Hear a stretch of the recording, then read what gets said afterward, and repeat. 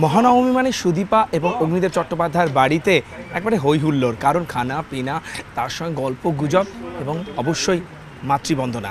আর এই মুহূর্তে আমি দেখতে পাচ্ছি আমার চারপাশে চাঁদের হাট, আর প্রতিবারের মধ্যে এবারও মানে অ্যাটেন্ডেন্স দেওয়ার মতো চলে এসেছে অঙ্কুশ, ঐন্দ্রিলা সবাইকে, এবং আমার বাদিকে যারা রয়েছে সবাইকে শুভ শারদিয়া এবং নবমীর অনেক অনেক শুভেচ্ছা। প্রথমে গৃহকর্ত্রী সুদীপার কাছে যাওয়া যাক। সুদীপা, কোথায় বসে আছে একবারে চাঁদের হাটে?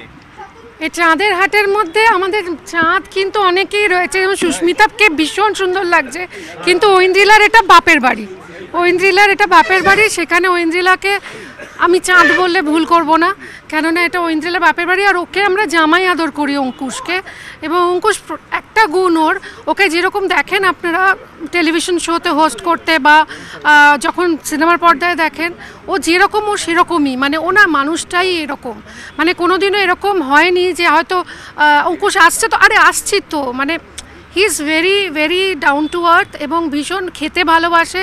বাড়িতে যা ডাল ভাতও দিলেও খুব যত্ন করে খায়। বাকি তো অঙ্কুশ বলবে, সুদীপা যা যা বললো যথার্থ কিনা তো মানে না, এখানে সত্যি মানে আমি সবসময় সুদীপাদি আমার সবসময় অপেক্ষায় থাকি সুদীপাদির বাড়ি, এখানে কখন আসবো, জমিয়ে খাওয়া দাওয়া হবে, সুদীপাদির সাথে দেখা হবে, আলাপ হবে।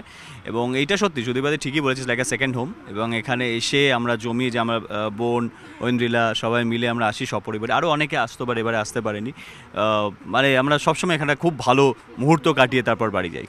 আর ঐন্দ্রিলা, আমি যেটা বলবো দর্শকদেরও, ঐন্দ্রিলা সবসময় বলে যে পুজোর সময় একটু চিট ডায়েট, আর সুদীপাদির বাড়িতে এলে কোনো ডায়েটই নেই, একবারে কষা মাংস থেকে সমস্ত কিছু যেমন পুজোর সময় চলে, এবং সুদীপাদির বাড়ি এলেও ও কোনো নিয়ম মানে না। সত্যি তো? আমি পুজোটাতেই কোনো নিয়ম মানি না খাওয়া দাওয়ার, আমি ভীষণ ফুডি, খেতে খুব ভালোবাসি।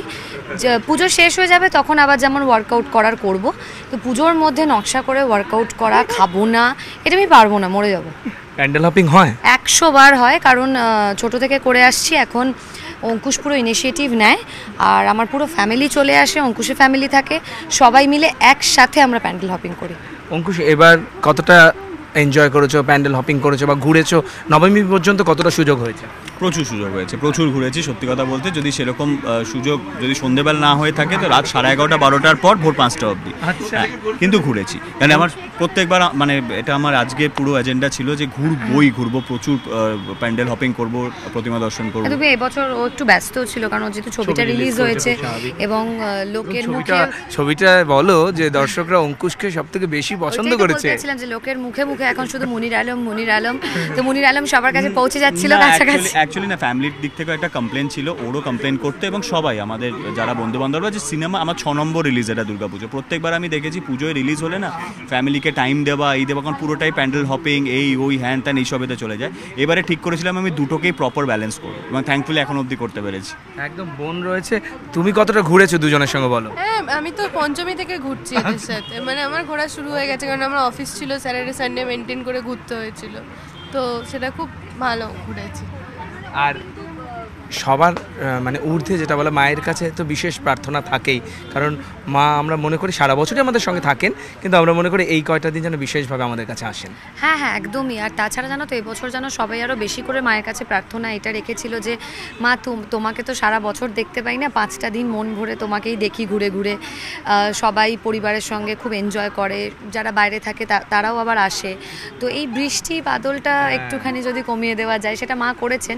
এখন আবার একটু হালকা হালকা পড়ছিল, কিন্তু আমি তো ঠাকুরকে ঠিক মায়ের মতন করেই বলছি, মা ঠাকুর প্লিজ প্লিজ প্লিজ মা প্লিজ প্লিজ বন্ধ করে দাও বৃষ্টি, আমি এইভাবে কথা বলি। তো এখনও দেখলাম বৃষ্টি বন্ধ হয়ে গেল, আর তো আজকে নবমী হয়ে গেল, কালকে দশমী, আবার সেই নেক্সট ইয়ার। তো অনেক মনস্কামনা ছিল, সেগুলো মায়ের কাছে চেয়েছি, আশা করছি আগামী বছরে আমাদের একটু একটু করে ফুলফিল হবে।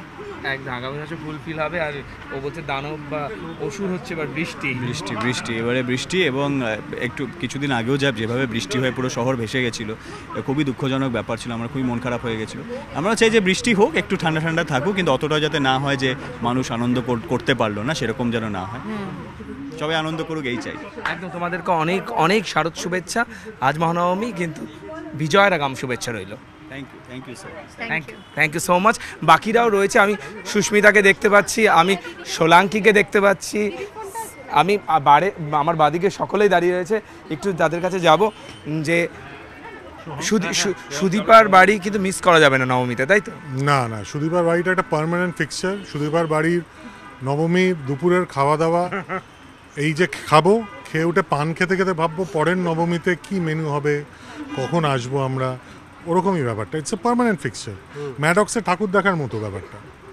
আর তোমার এই মেনুর মধ্যে বা পুজোর সময় সবথেকে ফেভারিট খাওয়ার কথা, আমি জানি তুমি খুব ফুডি। মাংস মানে মাটন। না না, মাটন ছাড়া ওই যে অঞ্জলি হোর্ডিং হয় না, অঞ্জলি ছাড়া পুজো হয় না, আমার মাটন ছাড়া পুজো হয় না। একদম। এবার আমি একটু সৌমের কাছে আছি যে ওর তো মাটন ছাড়া পুজো না, তোমার পুজোতে কি একেবারে চাই? একেবারে কি খাবারের দিক থেকে শুধু বলছো? হ্যাঁ, না পুজোর প্রেম তো অবশ্যই চাই। যেটা একজনের কাছে থাকে তখন সেটা নতুন করে আবার চায় না। So I don't know what he meant, আমি জানি না। ওর কাছে যেটা নেই সেটার মধ্যে বলছে। তো আমি ওটাই বলবো যে মানে লুচি এবং মাটন। লুচি, আচ্ছা লুচিটা অ্যাড করেছে। লুচিটা, আচ্ছা ওকে, মানে এটা আমরা মেমরি গেম খেলবো। আমার পোলাওয়ের সঙ্গেও চলবে। তুই আবার চাটনিও অ্যাড করিস না। আর বেশি বেশি হলে ক্ষতি কি বলো, একটু বাড়তি হোক না, প্রেম হোক বা খাবার। ঠিকই তো তাই। ওর তো পুজো বলে না, ওর তো ক্রিকেট ম্যাচের দিন, ফুটবল ম্যাচের দিন সব দিনই প্রেম দরকার হয়, খালি পুজো বলে কেন? আচ্ছা, ওর পুজোর সময় ওর রাজনীতি দরকার হয় না?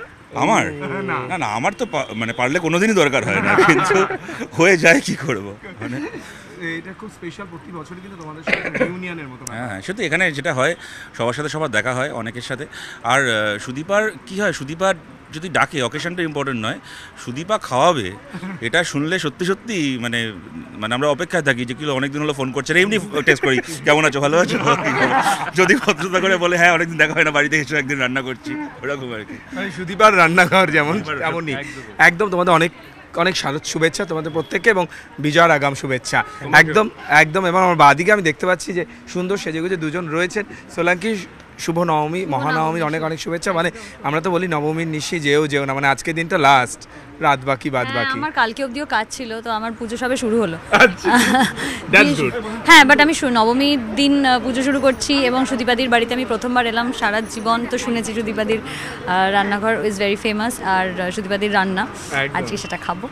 এবং যা মেনু শুনেছি, আমি খুব এখনও ডিসাইড করছি যে কোনটা বাদ দেবো আর কোনটা খাবো। আমার মনে হয় কিছু বাদ হবে না। চিট ডায়েট হোক না পুজো। না না, আমার ডায়েট ফাইট ওসব কিছু নেই। পুজোতে আবার কিসের ডায়েট? আমি না নেই, সোলাঙ্কি এমনি naturally blessed. Can't help it. But না, ডায়েটের জন্য না, পুজোতে আবার মাংস বাদ দিয়ে, চিংড়ি মাছের মালাইকারি, পোলাও, লুচি, এগুলো বাদ দিয়ে, হ্যাঁ মানে এগুলো। আর আমি তো এগুলো এমনিও খেতে ভালোবাসি সবসময়, তো আমার কোনো প্রশ্নই ওঠে না ডায়েটের। তোমার পুজো আনন্দ কাটুক, পাশে যিনি দাঁড়িয়েছেন তার পুজো কবে থেকে শুরু হয়েছে জিজ্ঞেস করি। ওর নয়, আজকে থেকে শুরু হয়েছে। তোমার পুজো কবে থেকে শুরু হয়েছে? মহালয়ার পর থেকে? পুজো তো তখন থেকে শুরু হয়েছে যখন থেকে পুজোর শ্যুটগুলো করতে শুরু করেছি। এটা 1.5-2 মাস আগে থেকে। আমাদের দর্শকরা দেখেছে যে মানে কাউকে বাদ যায়নি, প্লেয়ার শিলটন এর সঙ্গেও কিন্তু সুস্মিতার ফটোশ্যুট আমরা দেখে ফেলেছি। তো আমার তবে থেকেই পুজো শুরু হয়ে গেছে, কারণ আমার মনে হয় যে পুজো আসলেই তো পুজো চলে যায়, তাই জন্য এই 4টে দিন কেমনভাবে পেরিয়ে যায় আমরা বুঝতেই পারি না। তো ওই যখন থেকে পুজোর কাজগুলো শুরু হয়, আমি তখন থেকে ধরে নিই আমাদের পুজো চলে এসছে, আর পুজো এনজয় করি। তো ওইভাবেই মানে নিজের মাথায় ভেবে ভেবে পুজোর কাজ করি আর এনজয়। এখানে তো একটা আড্ডার মাহল দেখতেই পাচ্ছি, সকলে বন্ধু বান্ধব রয়েছে। ছোটবেলার পুজো এখন নস্টালজিক হতো, এখনকার পুজোয় তুমি বলো তো, পুজোয় প্রেম হোক, আড্ডা হোক, খাওয়া দাওয়া হোক, কোনটা মাস্ট? খাওয়া দাওয়া, খাওয়া দাওয়া। দেখো ভোগ আসছে, ভোগ আসছে, ভোগ আরতি শুরু হবে, তবে সকলে কিন্তু পুজোর আনন্দে মাতোয়ারা।